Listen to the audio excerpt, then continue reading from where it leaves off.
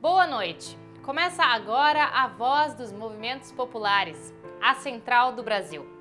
Faz 3 meses desde a primeira morte por coronavírus no país. De lá para cá, foram pelo menos 45 mil pessoas mortas por Covid-19, sem contar as mortes por síndrome respiratória aguda grave. E mesmo assim, há um mês, o Ministério da Saúde é gerido por um ministro interino, Eduardo Pazuello, que não é da área médica.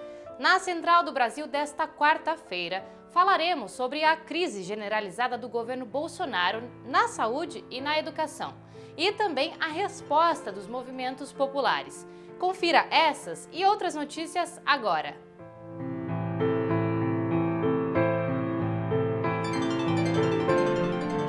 Central do Brasil. Falar em coronavírus não é novidade, mas infelizmente ainda é indispensável. Reaberturas irresponsáveis do comércio têm resultado em mais mortes. São Paulo bateu um triste recorde. 389 pessoas morreram nas últimas 24 horas. Nos trilhos do Brasil, Afonso Bezerra traz mais informações da região sul e sudeste. Oi, Afonso, qual é a situação?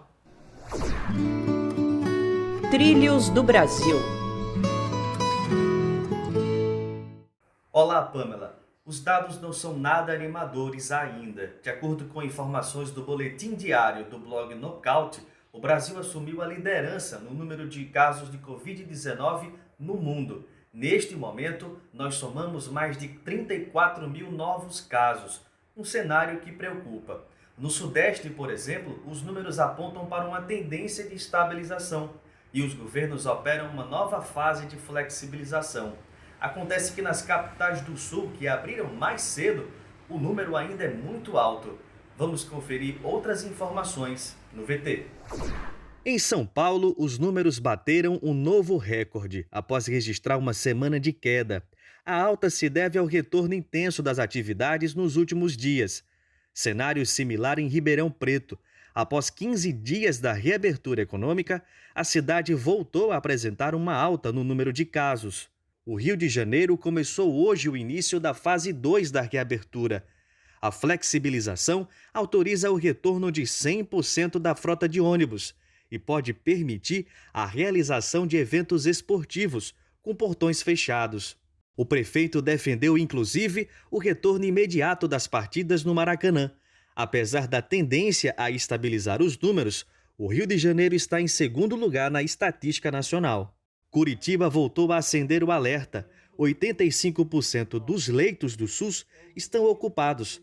O Hospital Universitário de Cascavel suspendeu a realização de visitas. O estado de Santa Catarina registrou nas últimas 24 horas o maior número de casos, 13, totalizando mais de 14 mil.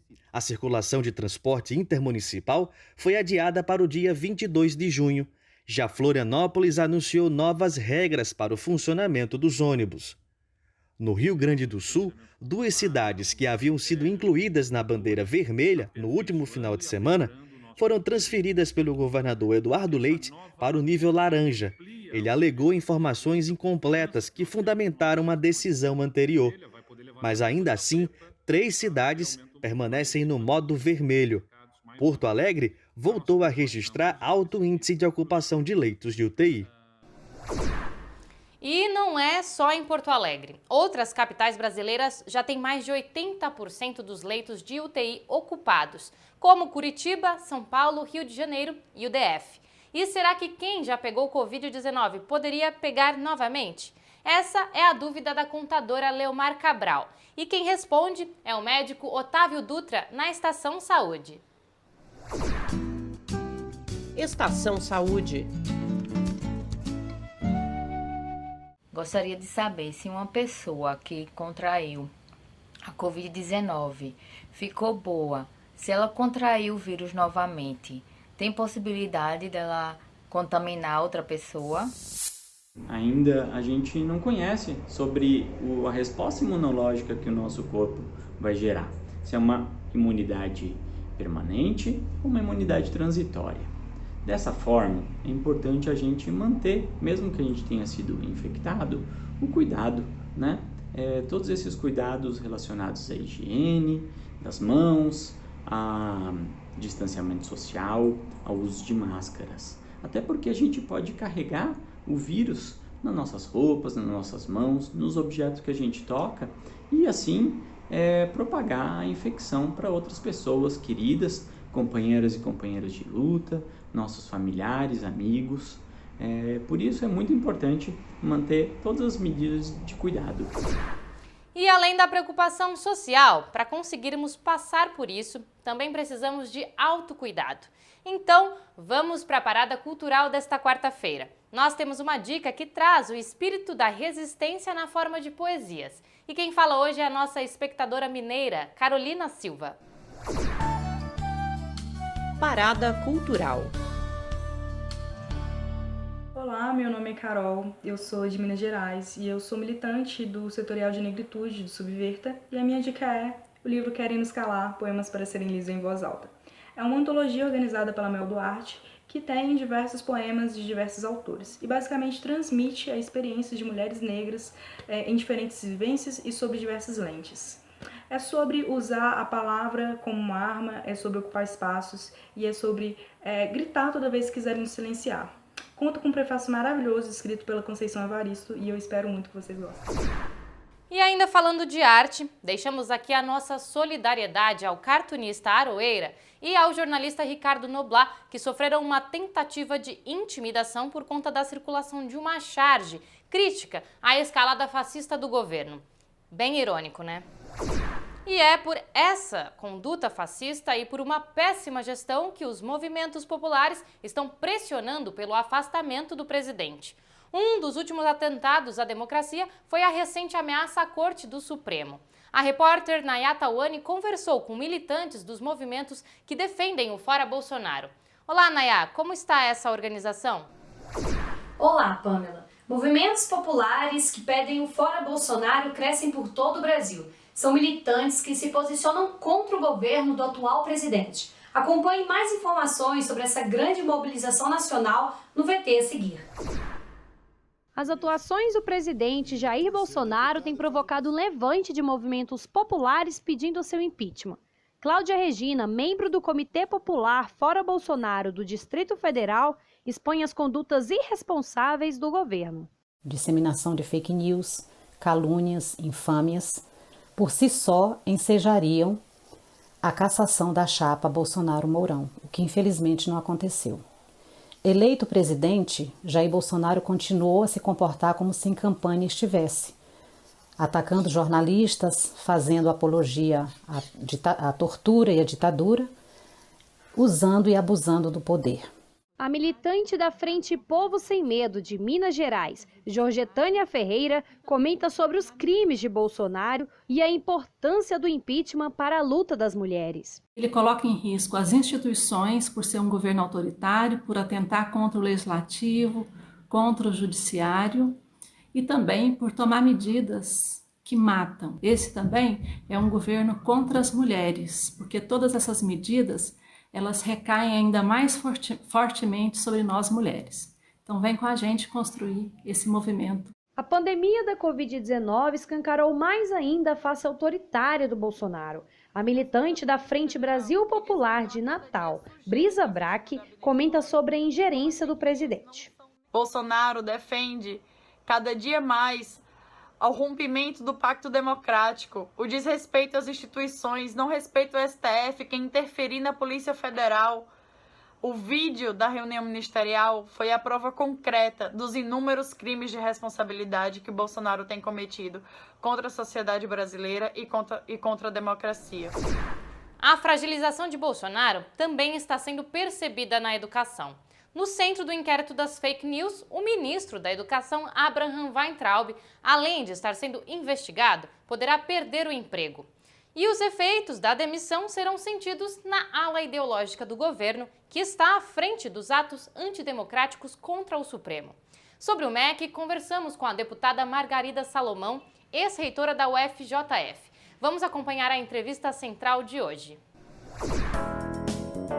Entrevista Central. Oi, Pamela, como vai? Satisfação enorme estar aqui com você. Oi. Seja bem-vinda ao Central do Brasil. A gente começa aqui com a sua participação e eu gostaria de perguntar para você. Você acha que é uma questão de tempo do Abraham Weintraub cair, né? Ele está sendo um pouco protegido pelas pessoas que são da ala ideológica e o próprio Bolsonaro se manifestou ontem à noite dizendo que não vai tolerar esse tipo de ataque, né, em relação às próprias ações extremistas, né? Olha, eu acho que quanto mais cedo o Weintraub estiver fora do Ministério da Educação, melhor para a educação brasileira. Ele é, de fato, um atraso, um desastre pela sua truculência, pela forma como ele transformou a educação num terreno de pura guerra cultural. Então, nesse momento que nós estamos vivendo uma grave crise, e a educação está no centro disso, as aulas todas estão suspensas, nós precisaríamos de coordenação. Não tem MEC, não tem governo, só existem essas mensagens de ódio. E com relação, então, à sua queda, eu gostaria de fazer duas observações. Primeiro, eu acho que corremos o risco de tê-lo como uma espécie de multa que o Bolsonaro pagaria a troco da sua permanência no governo. Então, nós temos que estar atentos para isso, porque ele pode sacrificar o Weintraub para estabelecer, vamos dizer, normalizar as suas relações com o Supremo Tribunal Federal, já que o Weintraub é talvez o mais agressivo dos críticos daquele tribunal. E a outra coisa que eu acho que tem que colocar aqui nessa conta é o Centrão. O Centrão, naturalmente, está com os olhos gulosos voltados para o Ministério da Educação. O que significa a queda desse ministro que foi alvo, né, de tsunamis da educação, diversos protestos? O que significa ele para a educação? Olha, ele foi um atraso, porque nós estávamos no processo de implantação do Plano Nacional de Educação, que esse ano, agora esse mês, completa 6 anos da sua vigência. Infelizmente, ele não está sendo atendido como um plano de voo para a educação brasileira. Nós temos o processo de asfixia das universidades, da pós-graduação. Ainda ontem houve mais uma intervenção na CAPES, muito nefasta para a pós-graduação brasileira. Então, Weintraub, desde a educação básica, porque ele trabalhou o tempo todo contra a constitucionalização do Fundeb, até na ciência e na tecnologia, na ponta do conhecimento da educação brasileira, ele foi um desastre completo, talvez o pior ministro da Educação da história do Brasil. Ele está no centro do inquérito das fake news. Você acredita que fez o Moro, que era um aliado, né, que estava ali aliado ao governo Bolsonaro, ele pode sair desse governo atirando, né? Diferentemente do Moro, ele se apresenta publicamente como um soldado, como um guerreiro contra a democracia. Ele até diz de uma forma paradoxal que ele está fazendo a luta pela liberdade. É uma visão extremamente peculiar do que seja liberdade, mas quando você pensa que o golpe militar em 64 usou como bandeira a defesa da democracia, então talvez dentro dessa mesma semântica ele se veja como um guerreiro pela democracia, pela liberdade, e eu acho que ele é um bolsonarista de raiz. Ele não é Moro. Eu não acho que ele vai sair atirando. Obrigada, deputada. Agradeço a sua presença aqui no nosso programa. Muito obrigada também, e eu espero estar aqui outra vez. Eu acho que a Central do Brasil é também um grande empreendimento para a democratização da informação brasileira. Terminamos aqui a Central do Brasil desta quarta-feira. Mas você fala com a gente em nossos canais de comunicação. Mande uma mensagem para o WhatsApp. É 11 94610 4472. Ou mande uma mensagem para o nosso e-mail redecentraldobrasil@gmail.com. Por agora, deixamos vocês com esta charge continuada da Laerte. Temos outro encontro amanhã. Te vejo lá.